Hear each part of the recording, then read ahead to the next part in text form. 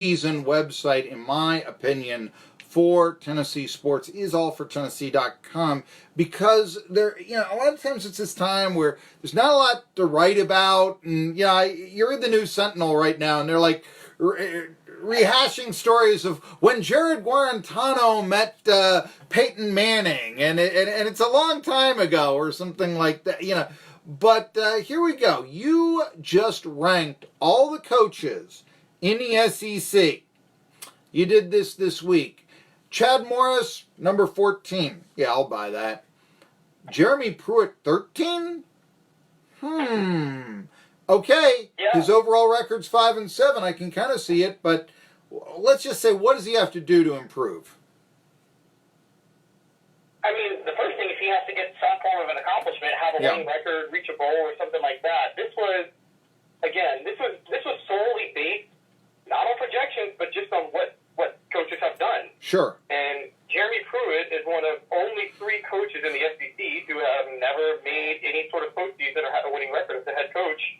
The other 2 were Chad Morris, who I had below him, and Matt Luke, who I had ahead of him. But let's be honest, if anybody walked into a more difficult situation than Jeremy Pruitt, it was Matt Luke. Yeah. And he did go 6-6 his first year as an interim coach, and I think that still stands above anything Jeremy Pruitt has done yet.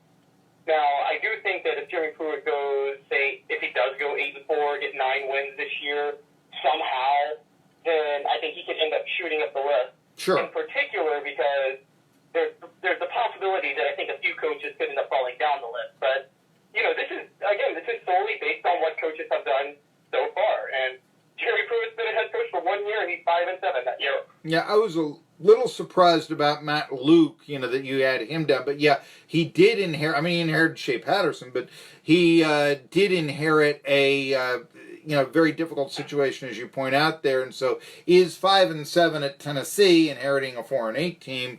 Less impressive than Ole Miss at 11-13, probation. You know what? I mean, that's something you could really have tied for 12th, but I know that you have to pick one guy ahead, so wanting to champion objectivity and all that. It's always difficult for Derek Mason, because you get the idea that he is a good coach, but in a difficult place to win. You ranked him, I think it was 11th, was it, or so?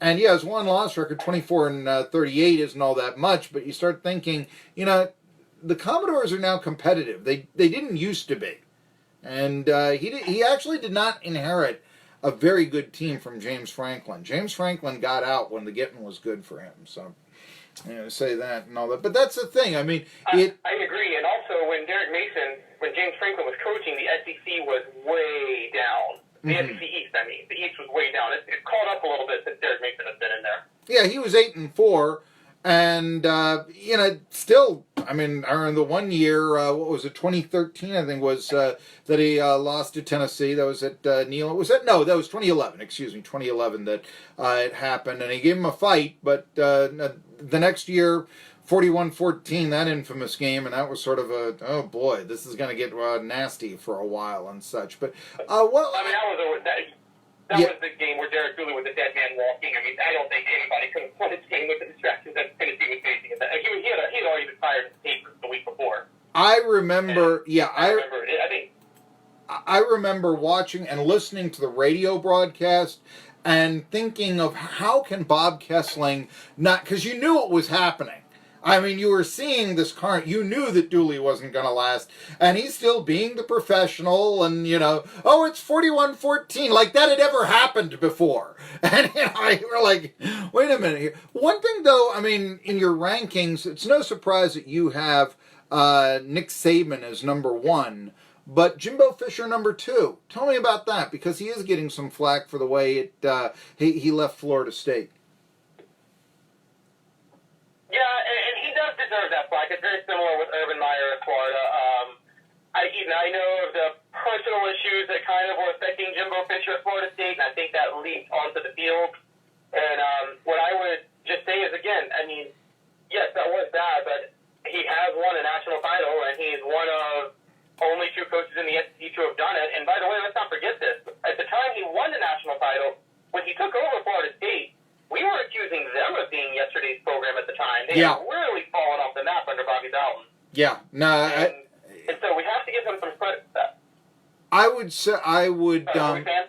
No, I would say that I agree with you. I agree, and I agree also the criteria of, well, who's won a national title? Look, you're really going to argue with that? No, I'm not. I'm not. I mean, if you wanted to put Kirby Smart or someone like that ahead, okay, but you'd be sliding a national championship, that sort of thing. So, you're talking. Yeah.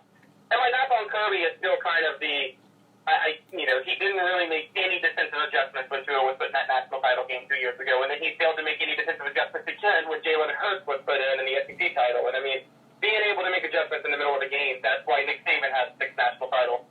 That's a very good point right there.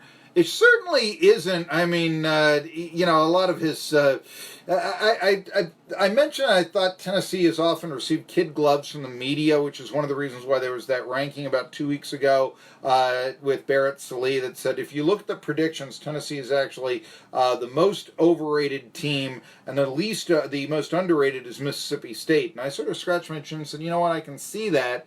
And, a lot of it I kind of thought was, well, he gets kid gloves. Nick Saban can abuse the reporters in Alabama, and it doesn't come back to him and all that. So when you win, just about everything is absolved, so to speak, if you will. What were your takes from media days? There's also the love for the fact. I'll say this in Nick Saban's defense. Yes, he abuses reporters, and I think, and I wish I could be in a room with him because I'd go back at him, but I would say that, the one thing I'll give him that I think reporters like is he'll give you some good quotes. You will make money off what Nick Saban says as a reporter. Yes, yeah. And I think people appreciate that. I remember, though, him saying, complaining that he was picked to win.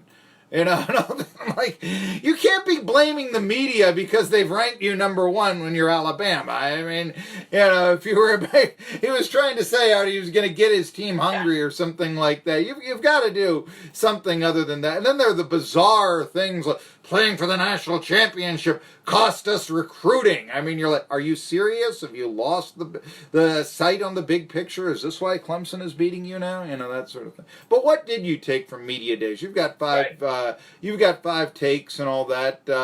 Hoover, Alabama. You like the fact it's going to be moving to the big city out of Hoover, Alabama. But what were some of your other takes there?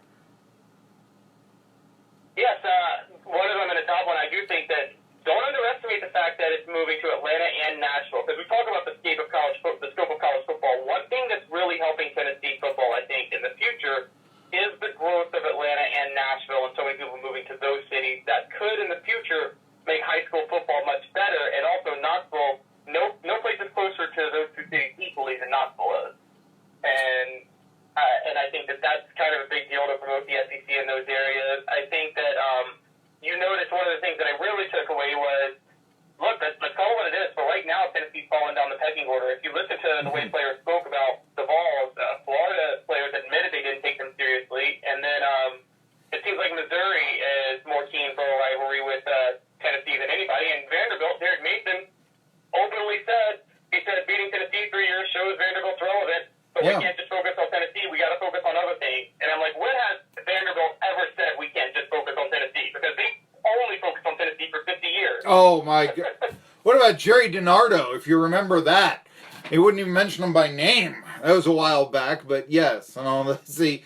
The other thing, though, and Jerry DiNardo is the reason Peyton Manning has an SEC title, though, because he beat Florida in '97. Okay. I will. He also may be the reason why he did. Well, no, that was. Wait a minute. Woody was the coach in '97, I think. Woody Woodenhoff. No, but LSU beat Florida with Jerry. Oh, I see. Okay, I'm sorry. Yes, I'm sorry and all that. I was thinking because Manning's last game against Vanderbilt didn't play so well, and that's probably why he didn't win the Heisman and all this. They're still knocking Butch Jones. Is it time to move on, or I mean, he is, I guess, still with Clemson, and yeah, he's not a popular figure. What about the shit? You mentioned that was one of your takes from SEC media days. What about this? Does it, Butch Jones 2 years later, still the man everybody likes to hate and all that. What's your take on that? Yeah, I think Butch Jones. It was just funny the way an Alabama player said we have no relationship, and it's like, yes, I guess Butch Jones is just an analyst, but you are a wide receiver, and if there's anything Butch Jones specialized in, it was coaching wide receivers. So it was kind of funny to throw that dig in there. I think Butch Jones left in a much less graceful way than Derek Dooley did, and I think people don't respect him as much because I want to be honest, Marky, you're going to find me crazy. I never really liked Tennessee firing Derek Dooley to begin with. I don't think anybody in sports history walked into a more difficult situation than Dooley did at Tennessee. I didn't understand what it was about, and I even remember thinking, boy, if he does do well, won't he go to Georgia eventually? What'll that make the program look like? Tennessee fans at the time thought that, they were going to be aiming higher. And if they could have got, go ahead. Let's not forget Dave Hart sabotaged him by openly saying he wasn't going to renew the coach's contract after the 2011 season, so all those coaches left that year, which is when you had the South Cincinnati defensive coordinator hire. So I think that, he was a little different than how Butch Jones left, which was very ungracefully, the lashing out at the media, which Derek Dooley never, ever did. He kept his composure throughout that whole 2012 season, and Butch Jones just came completely undone.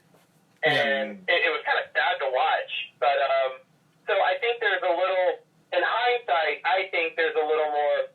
I was never as much on Butch Jones' train only because I just felt that Derek Dooley never really got a fair chance to really build up the program because, again, he inherited the biggest wreck. I don't know. I would never have taken the Tennessee job in 2010, given everything that was happening.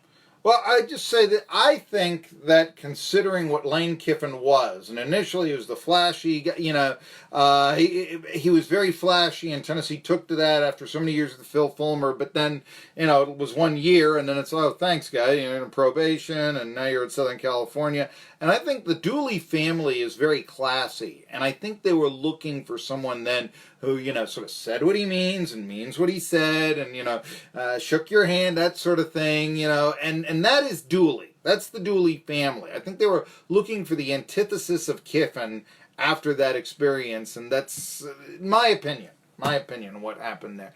All right, I'll tell you what, here's the room for optimism, I think, for Tennessee this year. Chaney's back.